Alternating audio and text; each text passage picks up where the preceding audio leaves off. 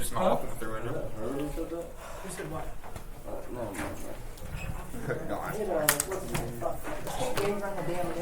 Let's just say, if we were married, I'd be sleeping on the couch. What?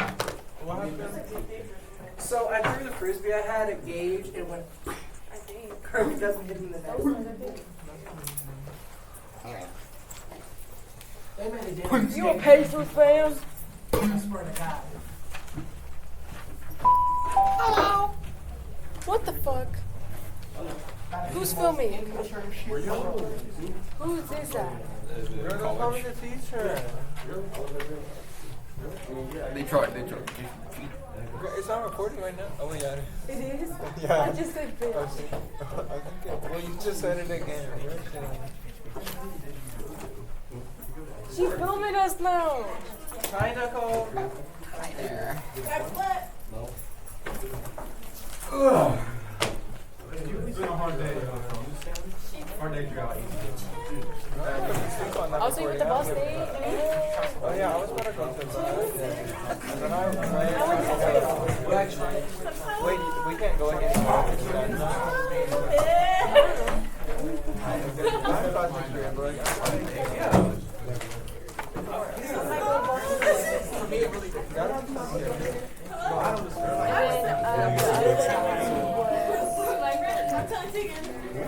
So I think she's a treat. Where's it? So that's how you couldn't answer me in the chat? I said to come to the gym by myself. All right, good morning, everybody. If you guys want to go ahead and find your seats, we are going to get started right away today with our story. We are actually going to have Misty Young help lead us through this last little section. So if you want to go ahead and look up at our screen, if you did not notice on our projector already, we've got instructions for what we've got. I think most of you are on the right track. So if you can give her your attention, she will be our primary teacher for today. Okay?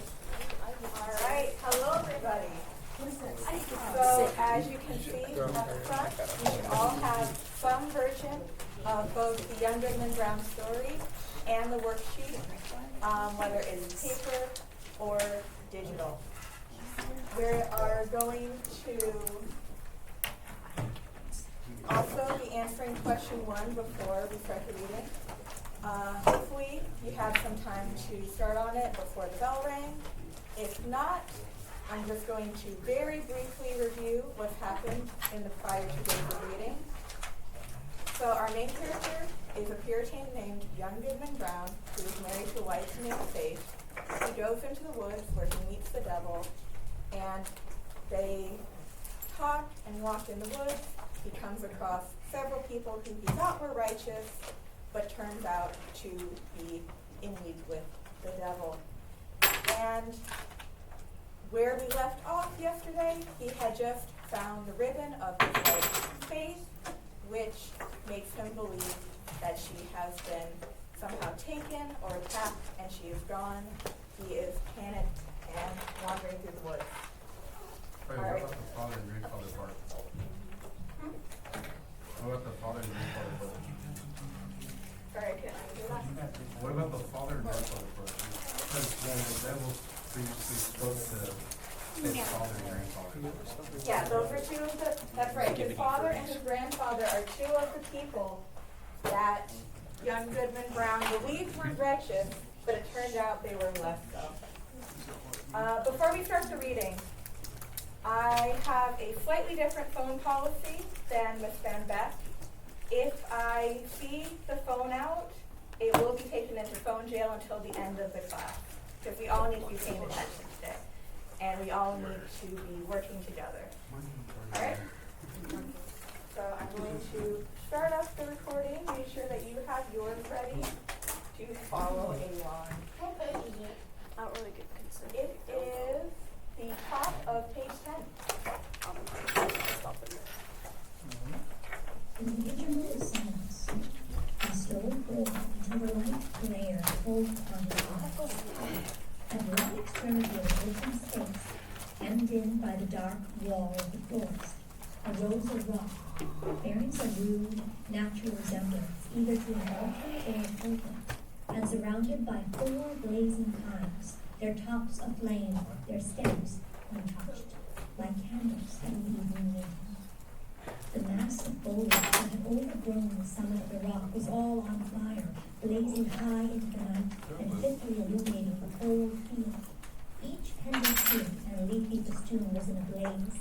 As the red light arose and fell, a numerous congregation alternately shone forth, then disappeared in shadow, and again grew, as it were, out of the darkness, peopling the heart of the solitary woods at once.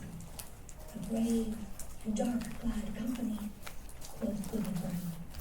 In truth, they were such.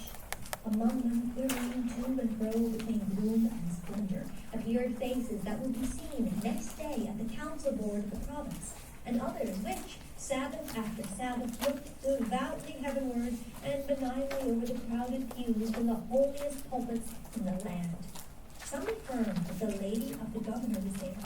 At least there were high dames well known to her, and wives of honored husbands, and widows, a great multitude, and ancient maidens, all of excellent repute, and fair young girls who trembled lest their mother should espy them. Either the sudden gleams of light flashing over the obscure field that dazzled Goodman Brown, or he recognized a score of the church members of Salem village, famous for their especial sanctity. Good old Deacon Goodman had arrived, and waited at the skirts of that venerable saint, his reverend pastor. But, irreverently consulting with these grave, reputable, and pious people, these elders of the church, these chaste dames and dewy virgins, there were men of dissolute lives, and women of spotted fame, wretches given over to all mean and filthy vice, and suspected even of horrid crimes. It was strange to see that the good shrank not from the wicked, nor were the sinners abashed by the saints. Scattered also among their pale-faced enemies were the Indian priests or powwows, who had often scared their native forest with more hideous incantations than any known to English witchcraft. But where is faith? Thought Goodman Brown, and as hope came into his heart, he trembled. Another verse of the hymn arose, a slow and mournful strain, such as the pious love, but joined to words which expressed all that our nature can conceive of sin, and darkly hinted at far more. Unfathomable to mere mortals is a lore of fiends. Verse after verse was sung, and still the chorus of the desert swelled between like the deepest tone of a mighty organ. And with the final peal of that dreadful anthem, there came a sound, as if the roaring wind, the rushing streams, the howling beasts, and every other voice of the unconcerted wilderness were mingling, and according to the voice of guilty man in homage to the Prince of all. The four blazing pines threw up a loftier flame, and obscurely discovered shadows and visages of horror on the smoke wreaths above the impious assembly. At the same moment, a fire on the rock shot readily forth and formed a glowing arch above its base, where now appeared a figure. With reverence be it spoken, the figure bore no slight similitude, both in garb and manner, to some grave divine of the New England churches. "Bring forth the converts!" cried a voice that echoed through the field and rolled into the forest. At the word, Goodman Brown stepped forth from the shadow of the trees and approached the congregation, with whom he felt a loathful brotherhood by the sympathy of all that was wicked in his heart. He could have well nigh sworn that the shape of his own dead father beckoned him to advance, looking downward from the smoke wreath, while a woman, with dim features of despair, threw out her hand to warn him back. Was it his mother? But he had no power to retreat one step, nor to resist even in thought, when the minister and good old Deacon Goodman seized his arms and led him to the blazing rock. Thither came also the slender form of a veiled female, led between Goody Cloyce, that pious teacher of the catechism, and Martha Carrier, who had received the devil's promise to be queen of hell. A rampant hag was she, and there stood the proselytes beneath the canopy of fire. "Welcome, my children," said the dark figure, "to the communion of your race. You have found thus young your nature and your destiny. My children, look behind you. they turned, and flashing forth, as it were, in the sheet of flame, the fiend worshippers were seen. The smile of welcome gleamed darkly on every visage. There, resumed the sable form, are all whom ye have reverenced from youth. You deem them holier than yourselves, and shrank from your own sin, contrasting it with their lives of righteousness and prayerful aspirations heavenward. Yet here are they all in my worshipping assembly. This night it shall be granted to you to know their secret deeds, how hoary bearded elders of the church have whispered wanton words to the young maids of their households. How many a woman, eager for widow's weeds, has given her husband a drink at bedtime and let him sleep his last sleep in her bosom. How beardless youths have made haste to inherit their father's wealth, and how fair damsels, blush not, sweethearts, have dug little graves in the garden and bid me, the sole guest, to an infant's funeral. By the sympathy of your human hearts for sin, ye shall scent out all the places, whether in church, bedchamber, street, field, or forest, where crime has been committed, and shall exult to behold the whole earth one stain of guilt, one mighty blood spot. Far more than this, it shall be yours to penetrate in every bosom the deep mystery of sin, the fountain of all wicked arts, and which inexhaustible supplies more evil impulses than human power, than my power at its utmost can make manifest in deeds. And now, my children, look upon each other. They did so, and by the blaze of the hell-kindled torches, the wretched man beheld his faith, and the wife her husband, trembling before that unhallowed altar. Lo, there ye stand, my children, said the figure in a deep and solemn tone. All right, we're going to pause there and look at question number 2. All right. So, what does the devil want Goodman Brown to do here? If I don't get any volunteers, I'm just going to randomly pick out the seating chart. Yes. He wants Goodman to join him and give up his faith. Right. He wants Goodman Brown to join in the devil worship and give up his faith. All right?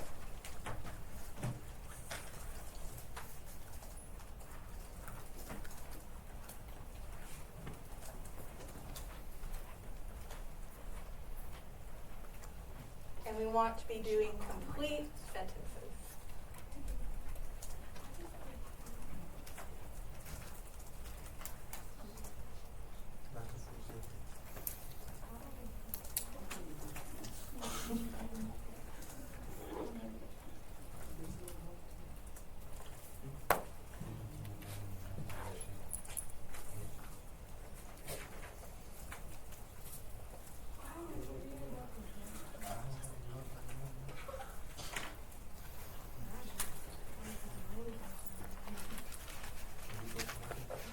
All right, question number 3. What is preventing this? Oh wait, actually, you gotta listen to a little bit more. I'm sorry about that. All right, wrap up your answers and turn to the story. Almost sad, it is despairing helplessness, as if his once angelic nature could yet mourn for our miserable race. Depending upon one another's hearts, he had still hoped that virtue were not all a dream. Now are ye undeceived. Evil is the nature of mankind. Evil must be your only happiness. Welcome again, my children, to the communion of your race. Welcome, repeated the fiend worshippers in one cry of despair and triumph. And there they stood, the only pair, as it seemed, who were yet hesitating on the verge of wickedness in this dark world. A basin was hollowed naturally in the rock. Did it contain water reddened by the lurid light? Or was it blood? Or perchance a liquid flame? Herein did the shape of the evil dip his hand and prepare to lay the mark of baptism upon their foreheads, that they might be partakers of the mystery of sin, more conscious of the guilt of others, both in deed and thought, than they could now be of her own. The husband cast one look at his pale wife, and faith at him, What polluted wretches would the next glance show them to each other, shuddering alike at what they disclosed and what they saw? Faith, faith, cried the husband, look up to heaven and resist the wicked one. Whether faith obeyed he knew not. Hardly had he spoken when he found himself amid calm night and solitude, listening to a roar of the wind, which died heavily away through the forest. He staggered against the rock and felt it chill and damp, while a hanging twig that had been all on fire besprinkled his cheek with the coldest dew. Okay. So, let's look at question number 3. Could whoever is playing the music turn it off? Alright. What is preventing Goodman Brown from doing what the devil wants? Thank you for volunteering, but I'm going to call on somebody who hasn't answered yet. What is preventing Goodman Brown from doing what the devil wants? Yes. His faith and his wife. His faith and his what? Wife. And his wife. All right. Could somebody elaborate on that a little bit?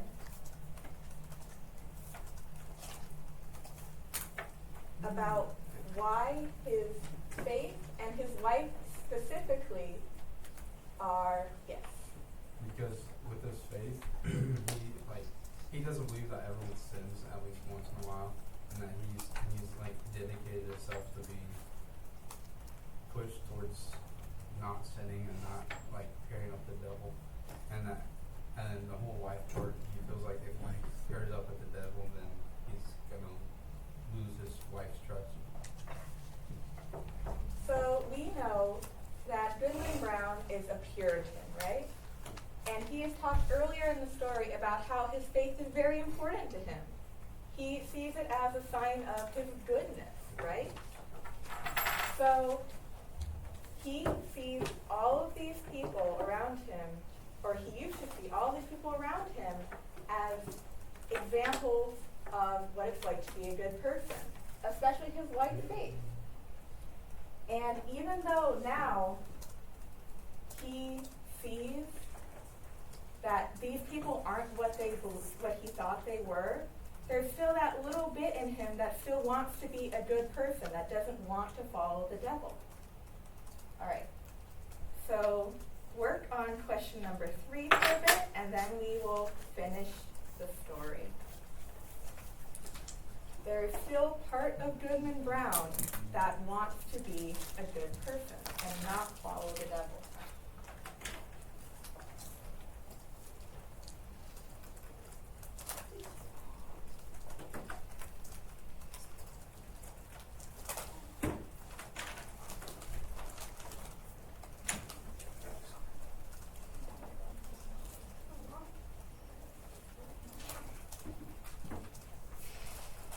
And again, we want to respond in complete sentences.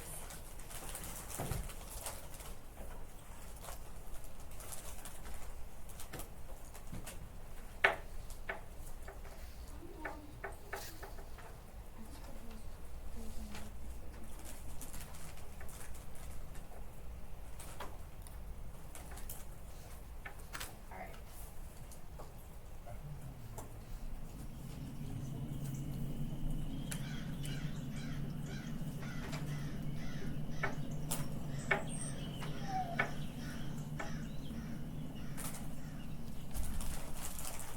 The next morning, young Goodman Brown came slowly into the street of Salem village, staring around him like a bewildered man. The good old minister was taking a walk along the graveyard to get an appetite for breakfast and meditate his sermon, and bestowed a blessing as he passed on Goodman Brown. He shrank from the venerable saint as if to avoid ambiguity. Old Deacon Goodman was at domestic worship, and the holy words of his prayer were heard through the open window. "What God doth the wizard pray to?" quoth Goodman Brown. Goody Close, that excellent old Christian, stood in the early sunshine at her own lattice, catechizing a little girl who had brought her a pint of morning's milk. Goodman Brown snatched away the child as from the grasp of the fiend himself. Turning the corner by the meeting house, he spied the head of Faith with the pink ribbons, gazing anxiously forth and bursting into such joy at sight of him that she skipped along the street and almost kissed her husband before the whole village. But Goodman Brown looked sternly and sadly into her face and passed on without greeting. Had Goodman Brown fallen asleep in the forest and only dreamed a wild dream of a witch meeting? Be it so, if you will, but alas, it was a dream of evil omen for young Goodman Brown. A stern, a sad, a darkly meditative, a distrustful, if not a desperate man, did he become from the night of that fearful dream. On the Sabbath day, when the congregation were singing a holy song, he could not listen, because an anthem of sin rushed loudly upon his ear and drowned all the blessed strain. When the minister spoke from the pulpit with power and fervid eloquence, and with his hand on the open Bible, of the sacred truths of our religion, and of saint-like lives and triumphant deeds, and of future bliss or misery unutterable, then did Goodman Brown turn pale, dreading lest the wrath should thunder down upon the grave blasphemer and his hearers. Often, waking suddenly at midnight, he shrank from the bosom of faith. And at morning or eventide, when the family knelt down at prayer, he scowled and muttered to himself and gazed sternly at his wife and turned away. And when he had lived long and was borne to his grave a holy corpse, followed by Faith, an aged woman, and children and grandchildren, a goodly procession besides neighbors not a few, they carved no hopeful verse upon his tombstone, for his dying hour was gloom. And that is the end of our story. Let's look at question number 4. How is Goodman Brown's life changed by his experience in the woods? How is Goodman Brown's life forever changed by his experience in the woods? He loses faith in humanity, exactly. Could somebody else talk more about that? About how Goodman Brown loses his faith in humanity?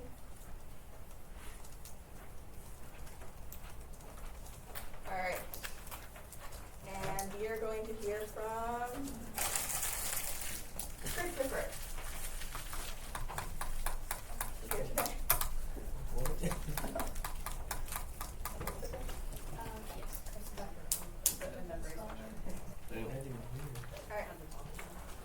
All right, Christopher, could you tell us about how Goodman Brown loses his faith in humanity? I don't know. Go for it.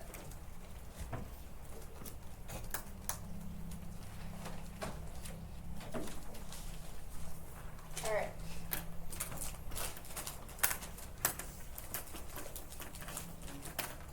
Eternity.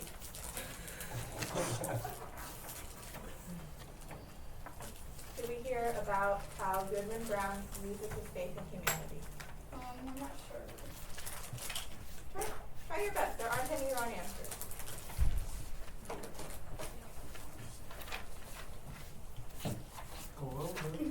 What does he do? What does he feel after he leaves the woods? I don't know.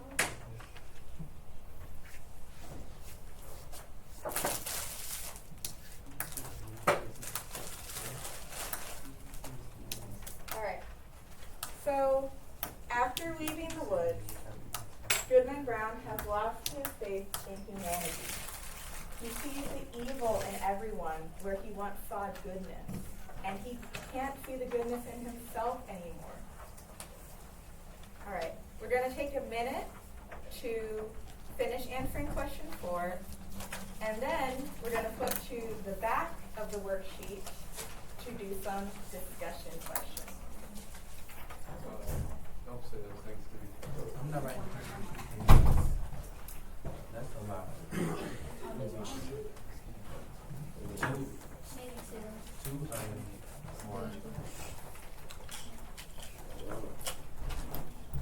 Alright, finish up question 4, and then we will move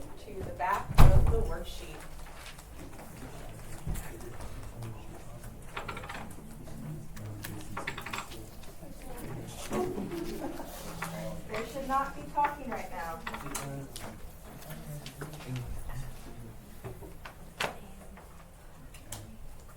Okay, so we are going to do something called Think, Pair, Share. Has anyone heard of that before? Okay, so it's very simple. What we're going to do is look at questions 5 and 6 individually and try to answer as best we can on our own. After we're done with that, we're going to work as small groups with your tables to come up with what you think is the best answer for that question. And after we've decided as groups what answers we have, we are going to come back together as a class, and I'm going to call on each table to have a representative tell everyone that idea. All right? Any questions? So we are going to write out our answers. We are going to write out, there should not be talking right now. We're going to write out our answers individually, and then we are going to have a small group discussion, and then we are going to have a whole class discussion where I will call on a person from each table to share what you talked about as a group. All right? Staying with faith. So, we have 2 questions we're going to look at. The first question. There are several points in the story where Goodman Brown could have made a different decision. What would his life have been like if he stayed home with Faith instead of going to the woods? What would his life have been like if he completed the ceremony instead of changing his mind? Pick one of the 2 options to describe. So either if he had stayed home with Faith or if he had completed the ceremony, and explain your reasoning for what would have happened. You need to answer in at least 2 complete sentences. Our second question, think about the message of young Goodman Brown. What is Nathaniel Hawthorne trying to say about what he believes about people? Do you agree? Why or why not? And you need to answer in at least 3 complete sentences. So we're going to work on question 5 for 3 minutes individually, and then we're going to switch to question 6. All right? But if you finish early, you can go straight to question 6. We are going to talk about how the story might have gone differently.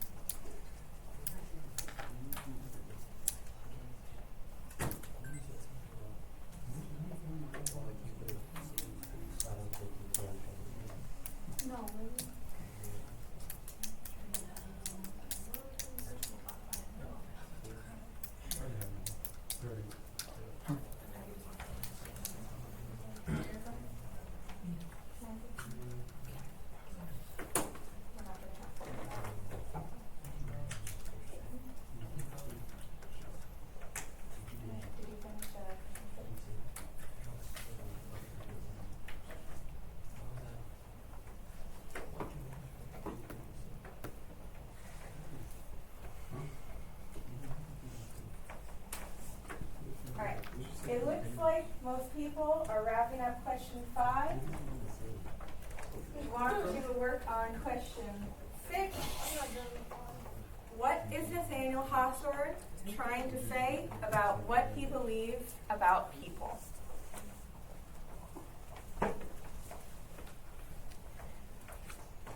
And do you agree?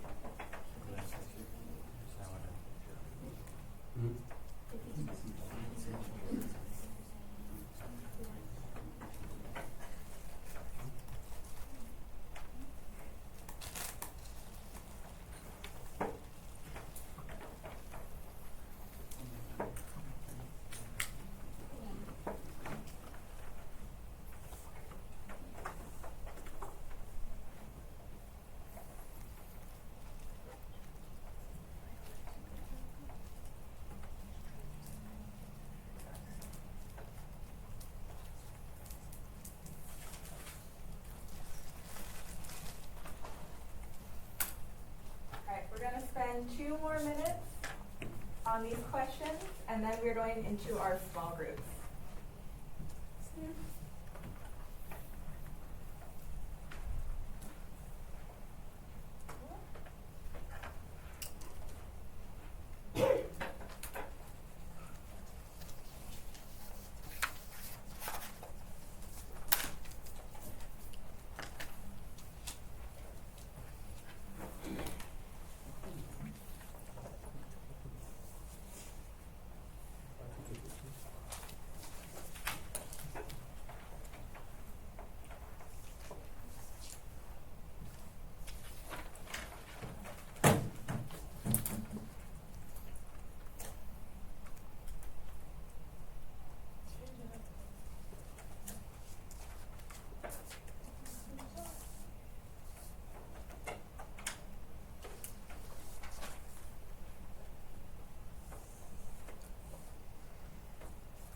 Okay, so we should all have an idea of what our personal opinions are on questions 5 and 6.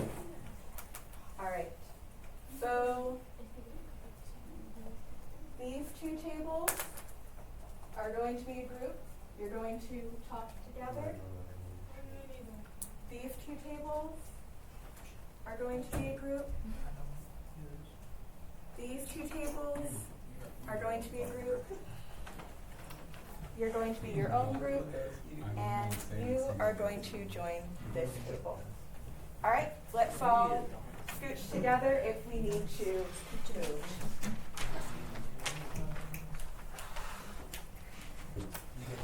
And when you get to your group, start discussing what you answered for question 5.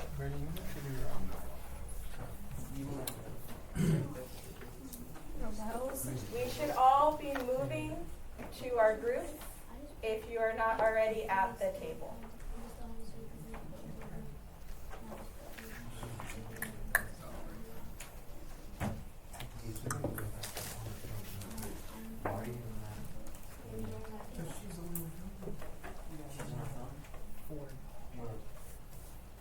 Can you hear the table?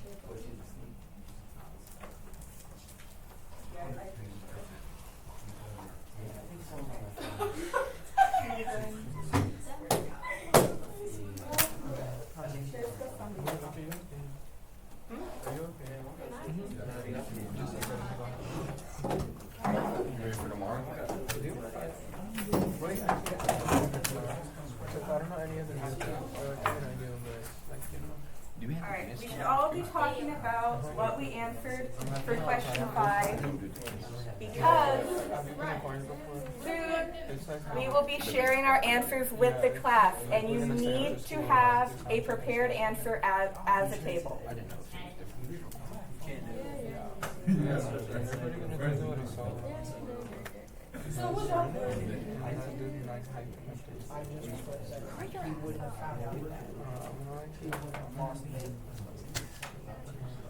Literally all that. What did you write? To discuss?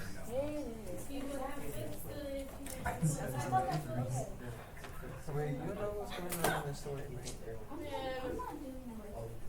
Like, did you know what you were writing?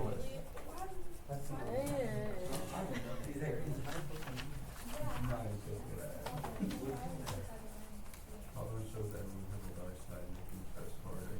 Well, I said that if Goodman and his wife stayed home, that Goodman's like trust in his faith would stay intact, and he wouldn't have to deal with the burden of seeing the worst of us.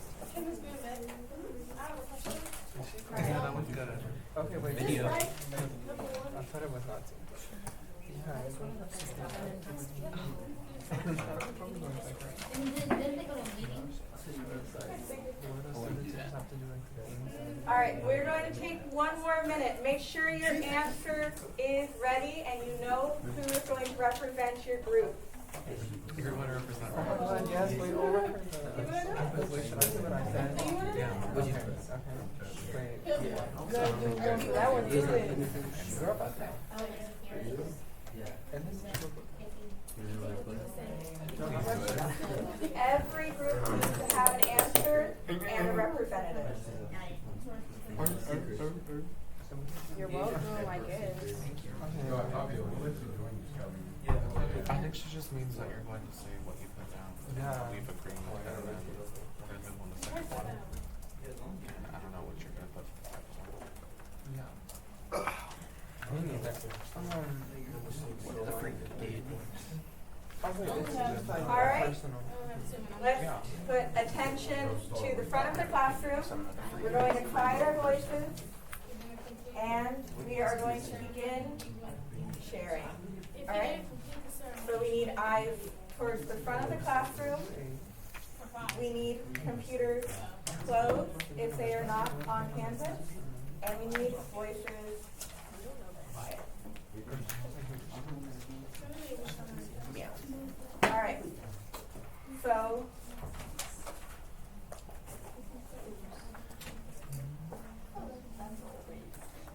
let's start with this group. Which of the two different scenarios did you pick? And tell us how it would have changed how the story went.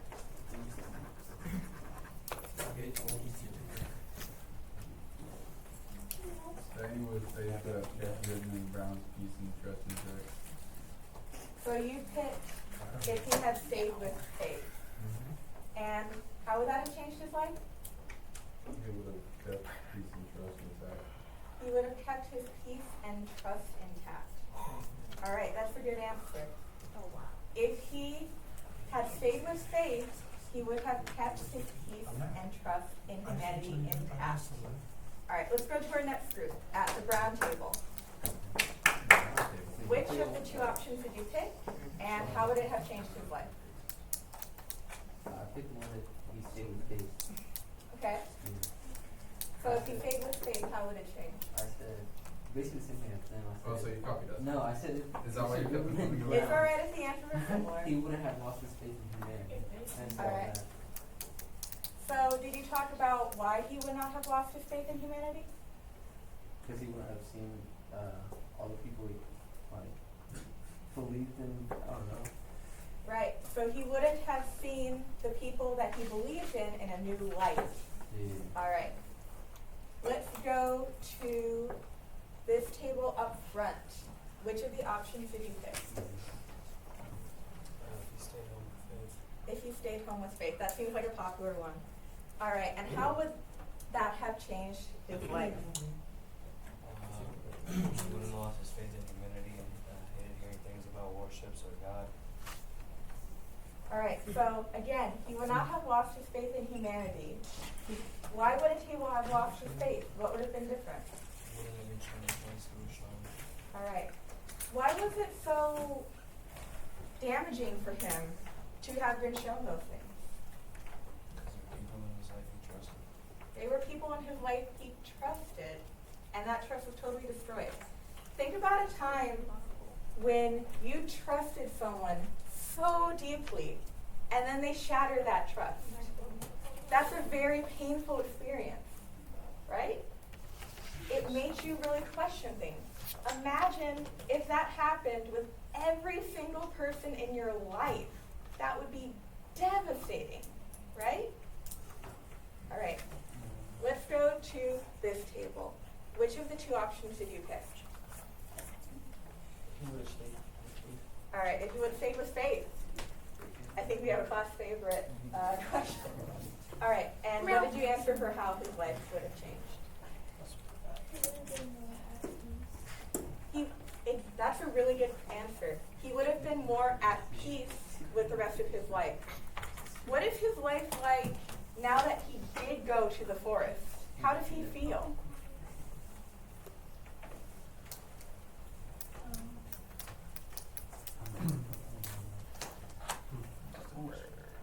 How does Goodman Brown in the original story feel after going into the forest? Yeah. Sad, betrayed. He feels sad and betrayed. Good. He feels sad and betrayed. He didn't really find that happiness or that peace with himself anymore. That probably wouldn't have happened if he hadn't had this experience. All right, good answer. And our last table. Did you pick faith too? Yeah. All right. So, how would staying with faith have changed his life? If Goodman and his wife stayed home, Goodman's trust and faith wouldn't have been tainted, and he wouldn't have to deal with the burden of seeing the worst in everyone. If Goodman Brown had stayed home, he wouldn't have lost his trust and faith, and he wouldn't have had the burden of losing his trust in everybody. Right. So not only did he lose his trust in his entire community, he lost it with his wife, who he lived with for the rest of his life. Okay, we are going to have one more small group discussion. This one's going to be a little bit quicker.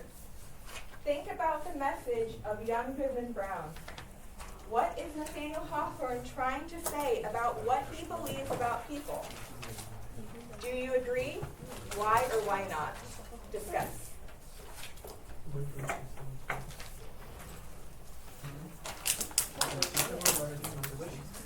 Meow. We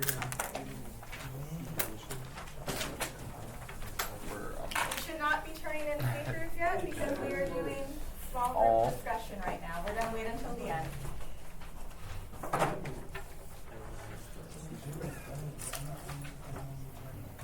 We're going to take one more minute to discuss and then we are going to share. So everybody should have at least one answer and a representative. No. I Yeah?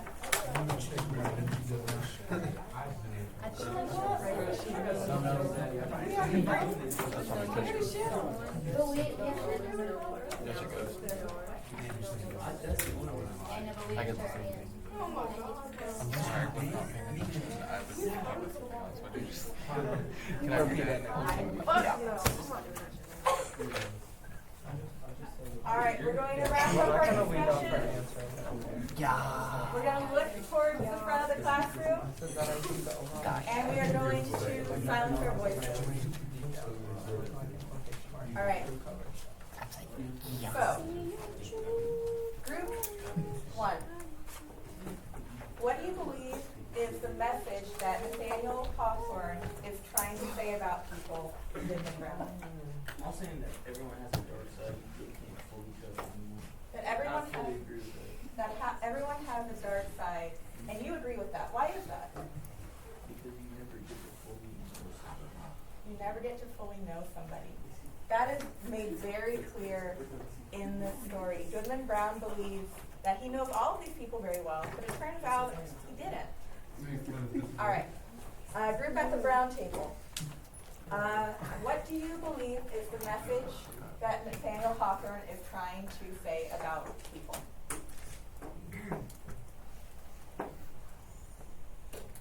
I think what he's trying to say is that everyone has a dark secret. Everyone has a dark secret. All right. What he said is like almost the same thing. All right, that's okay.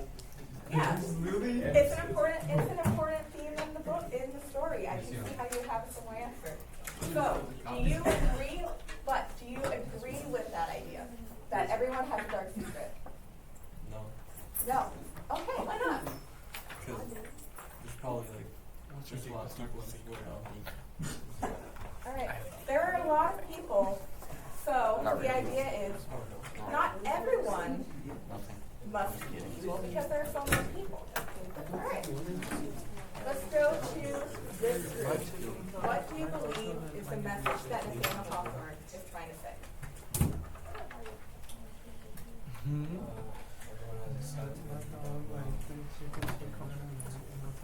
Everyone has a side to them that you don't know until it is revealed to you. And do you agree with that idea? All right, how about you?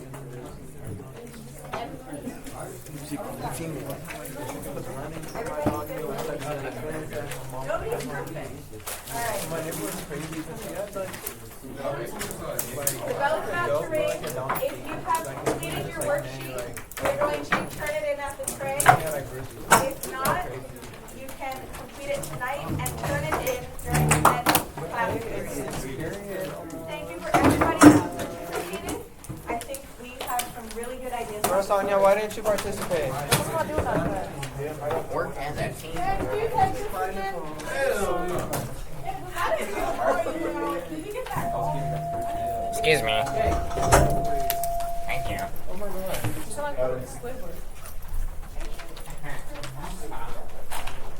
Girl, you are always trying to fight. Huh? Oh my gosh, God. Yay.